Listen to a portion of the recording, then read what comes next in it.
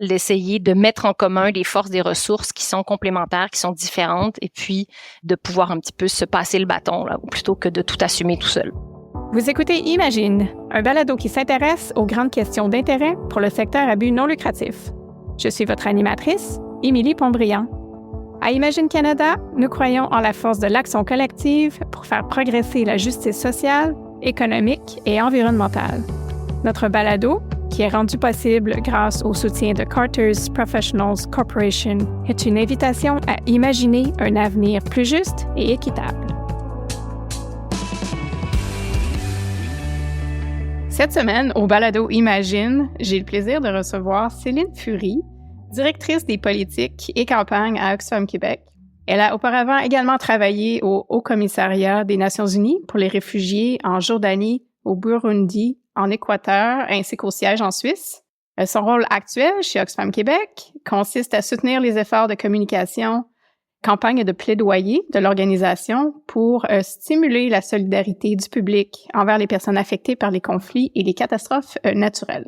Avec Céline aujourd'hui, nous allons discuter de l'importance pour les OBNL de se faire entendre en employant des stratégies de communication, de plaidoyer efficaces pour provoquer le changement. Céline, merci beaucoup d'avoir accepté notre invitation. Merci à vous pour l'invitation. Oxfam Québec est un organisme bien connu d'aide humanitaire qui fait partie du grand réseau Oxfam. Alors, d'entrée de jeu, pouvez-vous nous en dire davantage sur la mission d'Oxfam Québec et la pertinence d'avoir un tel organisme au niveau provincial et enfin la relation entre votre organisme et vos pairs au Canada et à l'international? Alors d'abord, oui, tout à fait. On est un organisme humanitaire, mais on est aussi plus que ça. On travaille aussi sur le développement plus à long terme et on est aussi une organisation qui fait du plaidoyer et des campagnes. Et ça vaut pour tous les Oxfam dans le monde. Alors au Canada, on est 2 Oxfam, Oxfam Canada et Oxfam Québec.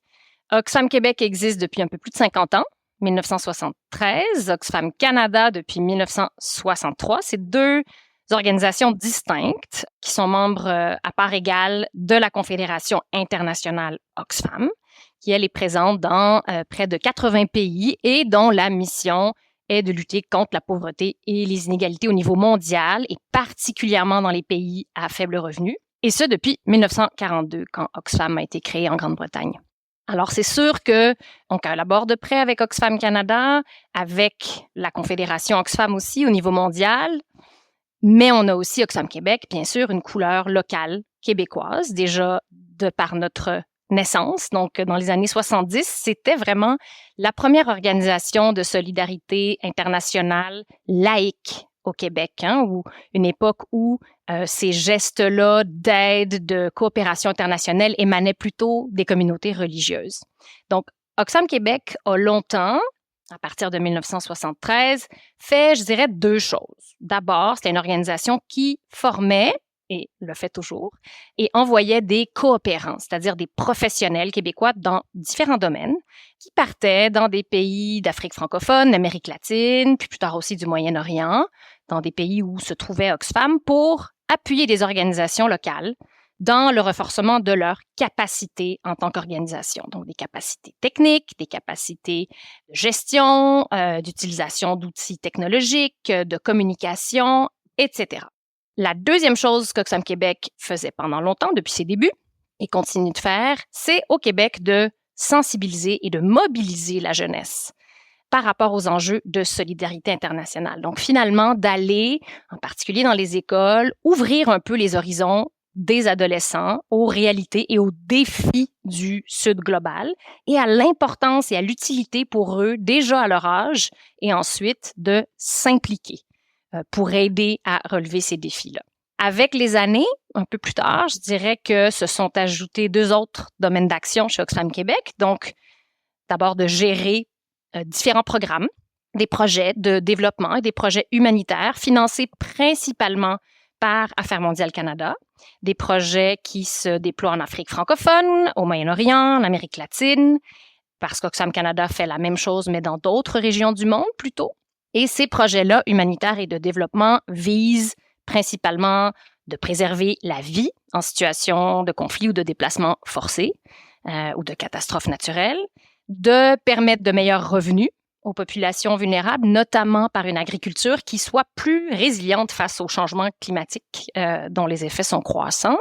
On vise aussi, par ces projets, à renforcer l'autonomie, les droits et la prise de décision, en particulier des femmes et d'autres groupes aussi marginalisés qui sont plus sujets à la pauvreté. Et puis enfin, je dirais plus récemment, on a intégré de façon plus centrale un travail de plaidoyer politique au Canada et aussi au Québec, dans le but de favoriser des changements systémiques ici, parce que on considère que ces changements systémiques-là, dans la mesure où ils bénéficient aussi ultimement aux populations vulnérables dans le Sud, ils sont complémentaires aux résultats de nos projets sur place, aux résultats plus locaux.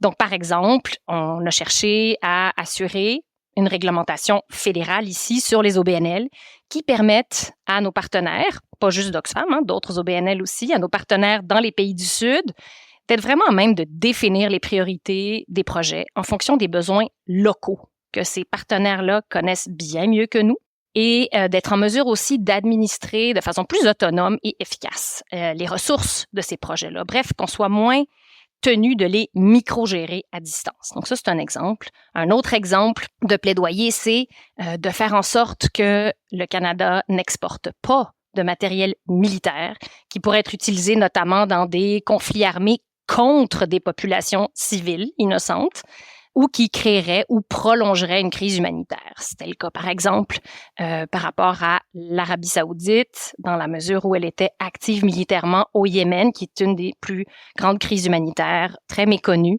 depuis 10 ans. Merci Céline. Comme je le disais, même si Oxfam Québec est un organisme très connu, je ne sais pas si tout le monde connaît l'étendue de votre travail, de votre mission, donc ça nous donne vraiment un aperçu de tout ce à quoi l'organisme touche. Vraiment très informatif. En ce moment, plus que jamais, pour enchaîner avec la prochaine question, la polarisation, l'incertitude politique, la désinformation forment vraiment un environnement difficile pour les OBNL, et je suis sûre que c'est le cas d'Oxfam Québec, entre autres, comme bien d'autres organismes, ce qui peut être un peu décourageant pour un organisme de continuer à plaider pour sa cause, ou peut-être à l'inverse, ça donne un élan pour renforcer nos communications. On sait, par exemple, que des décisions prises ici ou ailleurs, par exemple, les décisions prises par l'administration américaine récemment, ont des répercussions sur les OGN d'ici d'ailleurs, par exemple en ce qui concerne l'aide internationale. Donc, pourquoi, selon vous, c'est important, voire même vital pour un organisme de bienfaisance de continuer à se battre pour se faire entendre dans un tel contexte? Vaste question, mais très importante. C'est clair que le coup d'épée récent du gouvernement Trump dans l'aide internationale des États-Unis est absolument dramatique à plein de niveaux. Donc, non seulement pour la vie, la survie, la dignité des communautés affectées dans le monde qui jusqu'ici recevaient des services vitaux grâce à cette aide. Je pense notamment à l'est du Congo en ce moment. C'est dramatique non seulement pour les organisations de la société civile locale dans ces pays-là avec lesquelles on travaille, nous, et leurs employés qui, brutalement perdent leur emploi et un revenu qui est souvent essentiel pour subvenir aux besoins de toute une famille. C'est dramatique aussi, non seulement pour le secteur de la coopération internationale plus largement, dont on fait partie. Pourquoi? Parce qu'on perd une foule d'experts et de financement. Mais c'est aussi dramatique, encore plus largement, pour la stabilité et la sécurité du monde. C'est absolument illusoire et trompeur de penser qu'une hausse dans les dépenses militaires, qui est fortement encouragée par les temps qui courent, que cette hausse-là est la seule garantie d'une plus grande sécurité. La véritable sécurité, elle se construit par des engagements en faveur de la diplomatie, de la démocratie, de la réduction des inégalités sociales, de l'adaptation au changement climatique. Réduire l'aide internationale qui permet ces actions-là ne va que rendre notre monde plus fragile en creusant encore plus le fossé entre l'ultra-richesse et la presque moitié de la population mondiale qui vit sous le seuil de la pauvreté, en multipliant les crises humanitaires et en alimentant les conflits. Donc, ne pas voir ça, qui m'apparaît une évidence, c'est un aveuglement qui est dangereux pour le monde entier, y compris les Canadiens et les Canadiennes. Là. C'est pas juste pour sauver nos jobs d'OBNL. Et c'est pour ça que, selon moi, on a le devoir moral, Oxfam Québec, mais tous les autres aussi, de continuer à faire entendre ces impératifs-là. Notre pari à nous, chez Oxfam, c'est que en ne nous taisant pas et en montrant l'intérêt de ces priorités pour tout le monde, on va permettre, ce sera peut-être long, mais ça va arriver, on va permettre à la solidarité de relever la tête et de reprendre le dessus sur la peur, sur le repli, sur la diabolisation de l'autre qui ont cours en ce moment et pas seulement depuis l'arrivée de Donald Trump au pouvoir aux États-Unis, mais évidemment, ça a été galvanisé par ce gouvernement. Effectivement, c'est une occasion pour nous de rappeler au monde et à la société, à tous les niveaux, le rôle crucial que le secteur à but non lucratif joue à plein de niveaux dans notre société. Bon, on sait que c'est vraiment une question de temps maintenant, avant que les élections fédérales soient déclenchées. Il est même possible que les élections aient déjà été déclenchées au moment où on va publier cet épisode. Donc, en quoi vos stratégies de plaidoyer, défense des intérêts diffèrent en période électorale? Alors, je dirais d'abord qu'il y a des différences dans la réceptivité des politiciens pendant une campagne électorale. D'abord, il y a une plus grande ouverture et un plus grand intérêt des partis politiques et de leurs candidats pour des propositions qui sont porteuses auprès de la population. Ça les intéresse. Le fer est encore chaud, comme on pourrait dire. Ils n'ont pas encore coulé leur programme dans le béton. Ils sont encore en mode écoute, donc, parce que, le pouvoir ne leur est pas encore acquis. Et donc, à titre de société civile, les OBNL, on est ancré dans la population canadienne. On représente même certains segments de l'électorat. Et c'est ça qui représente notre intérêt auprès des candidats en période de campagne électorale. Donc, par exemple, Oxfam Québec, même si on fait partie d'une confédération internationale, on s'inscrit aussi dans le tissu social québécois. On est soutenu par 18 000 membres, on fait campagne ici, on organise des événements, on fait de la mobilisation jeunesse, on est souvent dans les médias. Donc, on peut prétendre porter des priorités qui tiennent à cœur aux citoyens qui vont être appelés à voter. Je dirais aussi que les partis politiques et les candidats en campagne électorale, typiquement, ils sont pas liés aux procédures et au calendrier parlementaire. Leur emploi du temps n'est pas accaparé encore par la gestion quotidienne.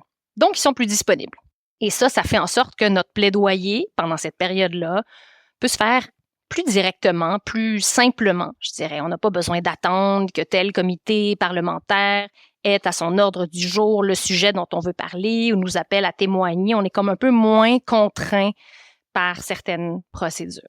Alors, vu un peu ces différences-là d'ouverture, d'appétit peut-être de la part des candidats ou des élus qui se représentent et vu leur peut-être plus grande disponibilité aussi ou accessibilité, je dirais qu'on peut prioriser certaines stratégies en campagne électorale. Donc d'abord, évidemment, ça commence par faire attention à ne pas être ou ne pas paraître partisan, simplement pour respecter le cadre légal et réglementaire qui régit nos organismes de bienfaisance, c'est important, pour suivre les règles du jeu et aussi pour être crédible. Donc, ça signifie de prendre bien soin de communiquer nos priorités en tant qu'organisation à l'ensemble des partis politiques. Bon, cela dit, il y a un jeu d'émulation entre les partis qui est possible et qu'on peut utiliser. Par exemple, si on pose des questions ou qu'on présente des priorités à un parti qui réagit, qui nous répond en disant « oui, on a tel engagement par rapport à cette priorité-là », eh bien, les OBNL peuvent faire valoir cette réponse-là auprès d'un autre parti, simplement en disant « hey, voici quelque part ce que votre rival propose, vous, que proposez-vous? » Puis ça peut servir un peu d'aiguillon aux autres partis, mettre une certaine pression sur tout le monde à finalement rivaliser en mettant de l'avant des engagements eux aussi. Donc ça peut être une stratégie utile. Évidemment que la clé en campagne électorale, mais je dirais déjà avant, c'est de parvenir à influencer les plateformes des partis. Et idéalement, encore une fois, de tous les partis. Mais dans la réalité, c'est sûr que ce sont les députés ou les candidats avec lesquels on a déjà eu des relations avant, qui nous connaissent, qui sont le plus susceptibles d'ouvrir leur portée aussi, leurs oreilles. Donc voilà, il faut y aller, je dirais, de façon large, de façon formelle, mais aussi de façon informelle en utilisant ces relations-là préalables qu'on a cultivées. On ne peut pas commencer à les cultiver le jour où la campagne est déclenchée. La forme de nos messages aussi pour les plateformes électorales compte. C'est-à-dire que la plateforme elle-même, ultimement, elle peut être longue. Je me rappelle avoir vu aux dernières élections une plateforme d'un parti qui faisait, je pense, 80 pages. Mais ce que nous, on présente par écrit comme au BNL, ça doit être court. Hein? On n'est pas les seuls à écrire au parti, vraiment pas. Et donc, il faut que ça soit succinct, il faut que ça soit dans un langage qui est clair, qui est accessible et idéalement qui est familier de chaque parti. Parce qu'on veut mettre les chances de notre côté que ce langage-là soit inséré tel quel, idéalement, dans leur document de plateforme. Au-delà du programme, de la plateforme électorale du parti, c'est sûr que l'idéal, c'est d'arriver à faire insérer notre langage, nos priorités dans les lettres de mandat. Donc, ces fameuses lettres que le futur premier ministre enverra à chaque ministre désigné avec un peu les priorités qu'il entend lui confier. Fait que c'est sûr que quand on arrive à ça, c'est un peu le jackpot parce qu'après ça, les plateformes électorales, mais les lettres de mandat encore plus fortement, vont nous donner une espèce de poignée pendant 4 ans là, pour tenir les élus redevables et dire « Hey, vous étiez engagés à ça ». Après, je dirais qu'une autre stratégie utile, ça c'est en tout temps, mais peut-être spécialement en période électorale, c'est de travailler en coalition. Les candidats vont aimer voir qu'il y a une certaine coordination au sein de la société civile. Puis c'est encore mieux si c'est une coalition diversifiée. Ça donne plus de force au lieu d'y aller un par un et d'envoyer que finalement les mêmes cibles reçoivent des millions de messages. Je pense par exemple à la coalition humanitaire dont Oxfam Québec et Oxfam Canada font partie ou le groupe de plaidoyer humanitaire. Ces 2 espaces pan-canadiens et dont les membres ont tous en commun, évidemment, d'être des experts en action humanitaire et d'avoir des programmes humanitaires sur le terrain, des crises. Mais on est tous ancrés dans des segments différents de la population canadienne. Donc, il y a certains organismes membres de ces coalitions qui vont se trouver dans l'ouest du pays, dans l'est, au centre, en région anglophone, en région francophone. Il y en a qui émanent de milieux plutôt religieux et religieux divers, hein, de chrétiens, islamiques et autres. Il y en a d'autres qui sont complètement laïques. Il y a des organisations qui sont implantées en zone urbaine plutôt, d'autres dont les membres vivent plutôt dans des régions rurales. Il y a des organisations qui sont plutôt opérationnelles de nature. D'autres qui sont aussi socialement et politiquement engagés, en plus d'avoir des projets humanitaires. Donc, ça crée vraiment une diversité qui donne l'impression qu'on représente vraiment une vaste portion de la population canadienne. Donc, des coalitions diversifiées, quand c'est possible, c'est vraiment optimal.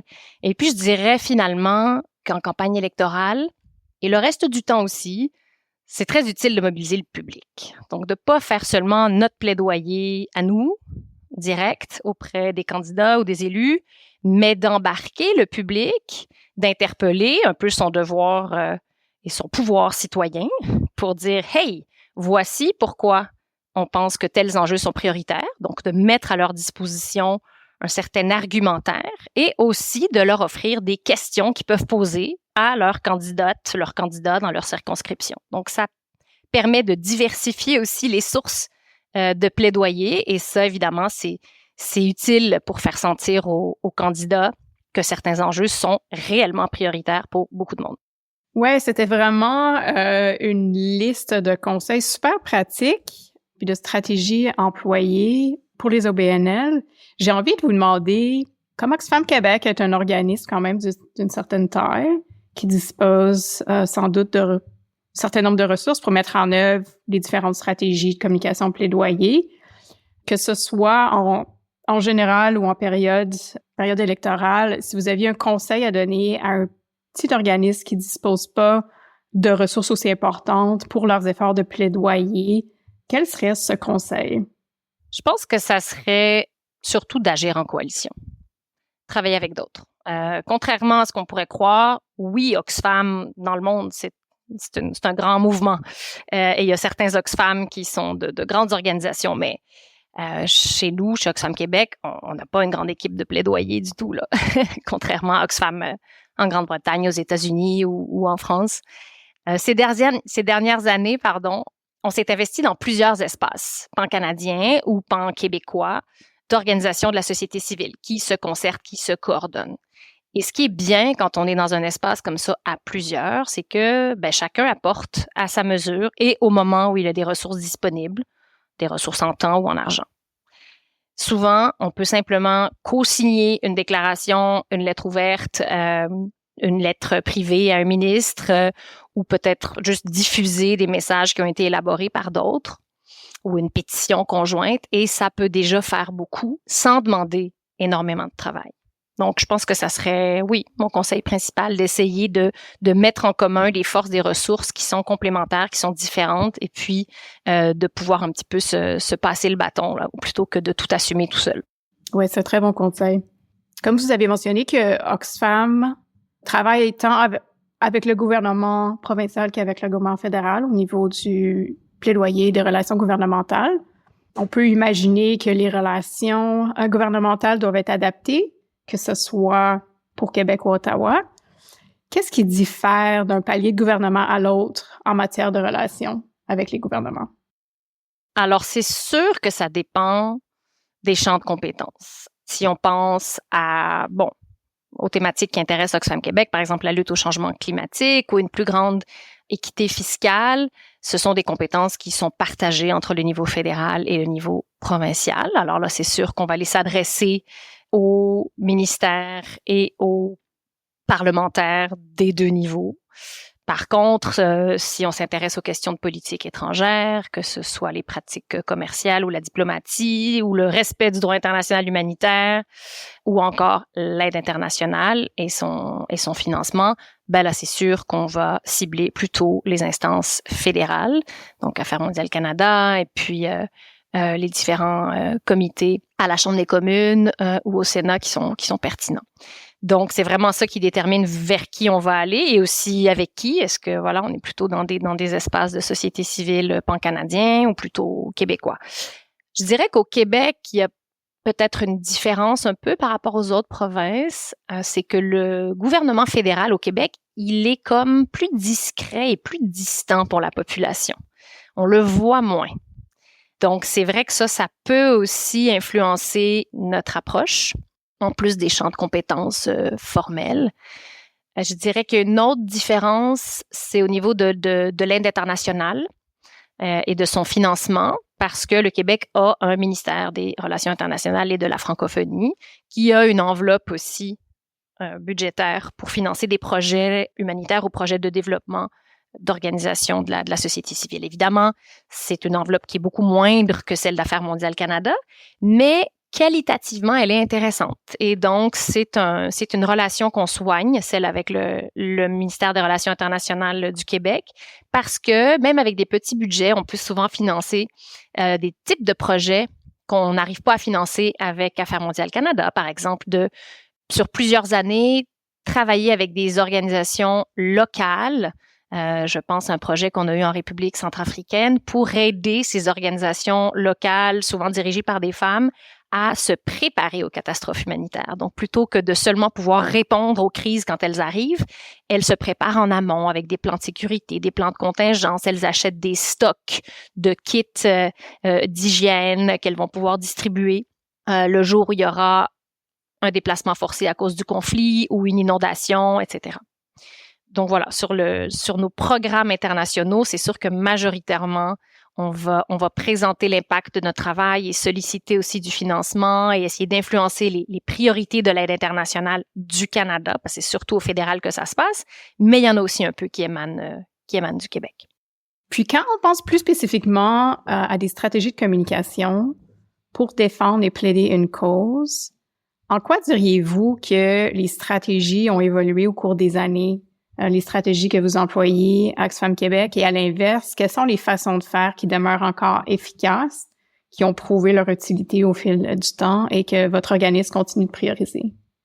Alors, parmi les façons de faire qui se maintiennent, qui ne changent pas vraiment, je parlerai surtout du pouvoir irremplaçable des relations interpersonnelles. Hein, ça change pas, malgré les évolutions sociales et technologiques.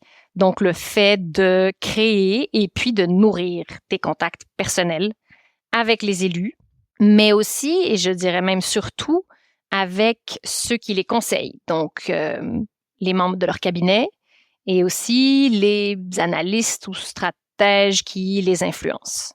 D'écrire, d'appeler, de se réunir avec ces personnes-là de façon aussi régulière que possible, ça demeure la clé. Puis idéalement, de se réunir en personne. C'est sûr que les plateformes comme Teams, Zoom et autres permettent aussi les réunions virtuelles, ce qui a un côté très pratique et ça permet peut-être d'avoir des contacts plus fréquents, mais idéalement, ça ne devrait pas remplacer l'effort d'une rencontre en personne parce qu'il est toujours plus riche et dont on conserve en général un plus fort souvenir.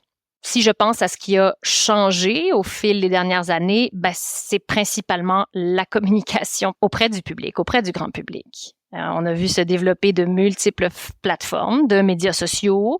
Il y a aussi des formats qui ont changé, hein, l'essor de la vidéo, l'essor des balados comme celui-ci en témoigne. Il y a comme un domaine de l'information, de la communication qui s'est éclaté quelque part. On a aussi des outils, des plateformes virtuelles qui permettent au public d'envoyer, par exemple, des lettres directement à leurs députés ou à leurs candidats. Donc, on n'est plus dans un monde où les médias traditionnels, si on veut, la radio, la presse écrite, la télé, ont le contrôle, en quelque sorte, sur la diffusion de l'information, comme jusqu'il y a 20 ans. Et ça, c'est une grande opportunité. Et puis, ça nous force aussi à connaître, à suivre les pratiques qui se sont diversifiées de consommation d'informations de nos différents publics. Parce que c'est pas tout le monde qui consomme les mêmes ou qui suit ou qui se trouve sur les mêmes médias sociaux, qui consomme les mêmes formats d'informations. Donc, il faut sans cesse être un peu à l'affût de ces tendances-là, puis adapter le format de nos communications et les canaux à ces différents publics cibles qu'on veut rejoindre. Donc, ça donne un travail qui est dynamique, qui est intéressant, mais qui est aussi prenant. Ouais, effectivement, la multiplication des canaux, moi, personnellement, je trouve que ça a créé des opportunités, mais ça a complexifié nos stratégies de communication, effectivement. Céline, on conclut toujours nos épisodes avec la même question, qui est particulièrement pertinente en ce moment avec tout ce qui se passe à travers le monde. Et donc, quand vous pensez à l'état de la société, l'état du monde, les défis auxquels sont confrontés les OBNL, qu'est-ce qui vous donne de l'espoir? Bon, on le sait, là, ça peut sonner un peu cliché, mais j'y crois vraiment. Les crises sont souvent l'occasion de sortir de la routine.